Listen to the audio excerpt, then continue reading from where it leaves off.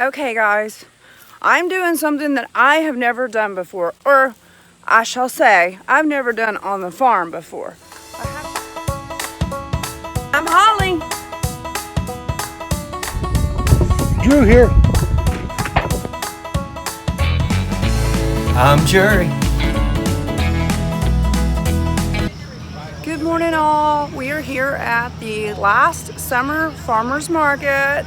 We got it going on in the booth. There's Drew. Drew, say hi. So we are excited that this is the last summer market for Cherish Farms. We'll be back this fall, but we're here and we're finishing up the season. So here is the 2023 and let's go 2024. Since I've never showed you guys the farmers market, I thought I would give you a sneak peek. Here's the farmers market at Burleson that we're at every Saturday from 8 to 1.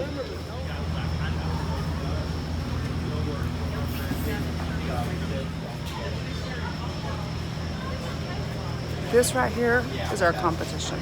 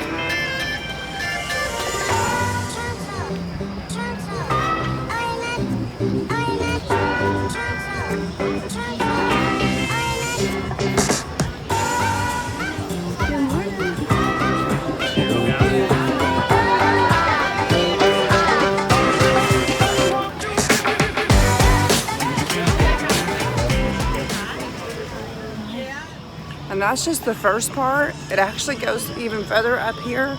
It's a huge market. So I ran you through the first, this is the rest. So I am walking over to just a little piece. You have to go around from back here, just right up here, and then it starts over again, and there's aisles and aisles of more markets. I'm not gonna go down each one of those, but I'll show you a glimpse of the aisles so you can get an idea of what's going on.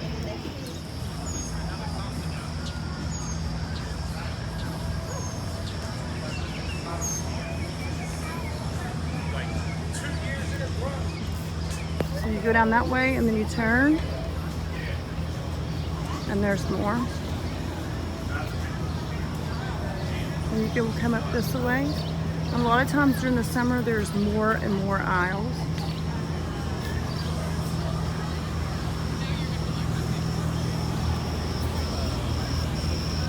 And lots of time there's lots of food vendors up this way as well. That's it. That's the farmers market here at Burleson. So if you're ever in the neighborhood, come by and see us.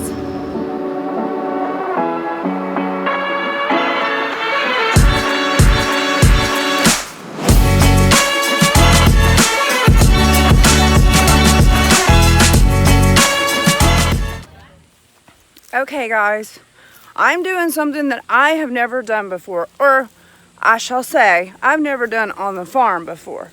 I have done it years ago, living just on our own when we were younger, but I'm gonna direct sow. Direct sowing some beets, and it may be too hot. This is the end of July in Texas, but our temperature's still around 3 digits, at least for the next week. But I'm gonna try them. I'm gonna put them in the ground and I've already got a sprinkler system set up for them, and we're gonna get them in and see how they do. I really need them to make it to market by mid-September. So that's why I'm putting them in right here at the end of July. So let's get to it.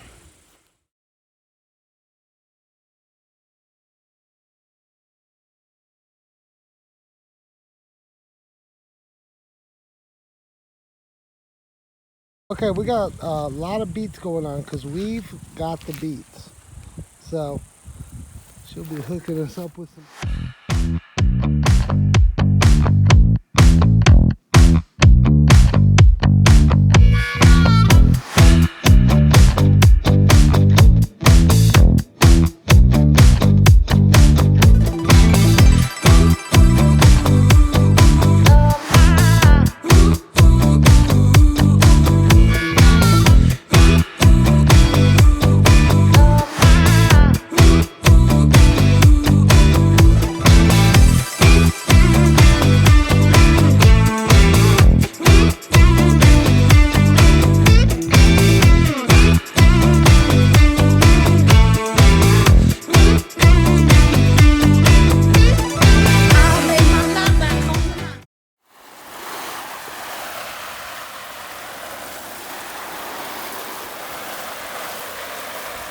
And the beets are in. We have our sprinkler set up and we have them planted. They are just barely in the top of the surface of the soil. We use Pro Mix, blood meal, and bone meal. Hopefully we'll have some beets for September in the market.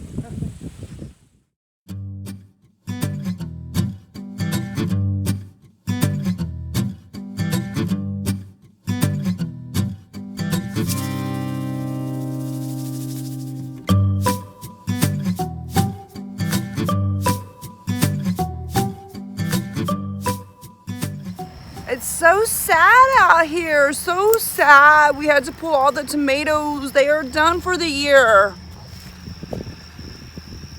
So sad. These are all the tomatoes we have left, and they're cherry tomatoes. They were our succession planting, and honestly, we put the shade cloth in a little late on them, and so the damage was already done. So that's why we don't have that many.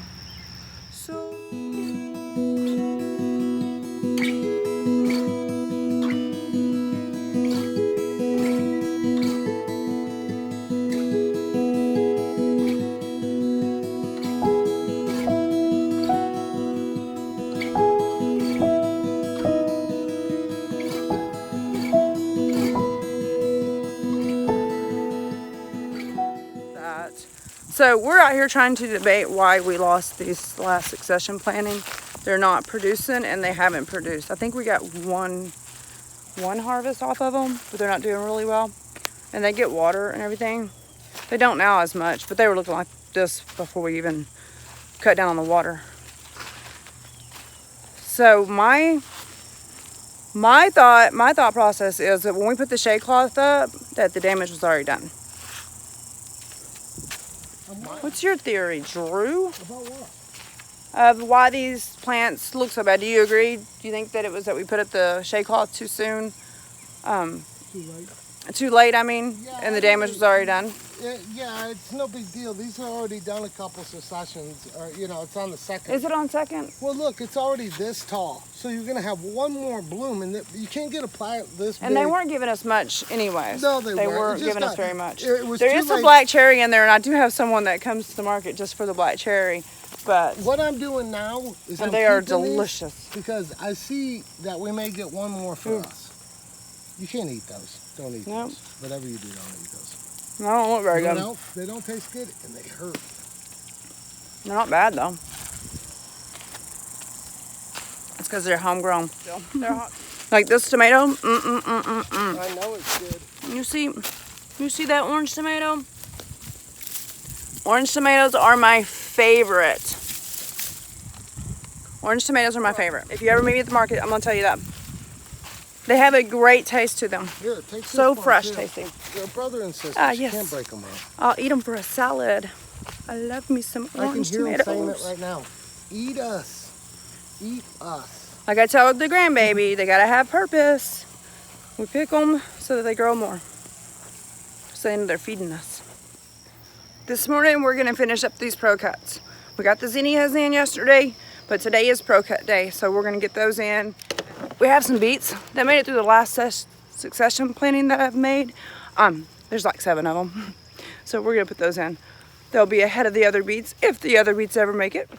My vote is no, the other beets will not make it. It's too hot to germinate. We will see. We have squash blooms in the middle of summer. So we actually got out here early enough to do these pro cuts. It's not even 8 in the morning, so hopefully the sun won't beat us down. But I seriously doubt it.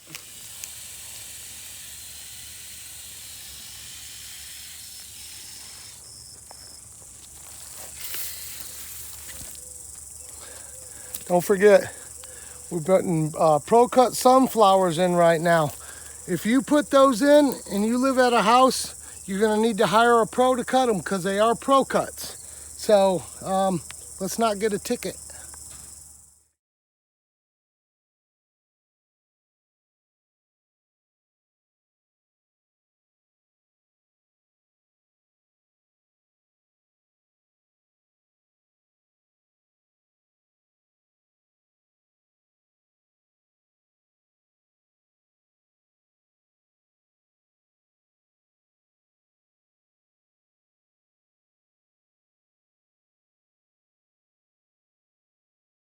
We got the pro cuts in and we watered them in we watered the hole in really, really well. And then we watered them for an extra 7 minutes with the sprinkler on. Just trying to give them a lot of moisture because yesterday we planted the zinnias and within 4 hours they were almost dead because the heat is so bad here in Texas. We are hitting three digits every day.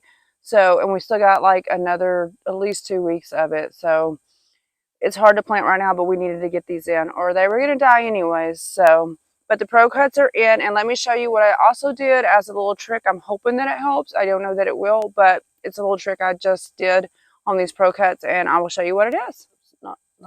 So I went and I took my finger and I made a hole straight down like that to the root after I put them in, just to help them get more water penetration. Will it work? I don't know. I guess we will see. So we're always on an adventure here.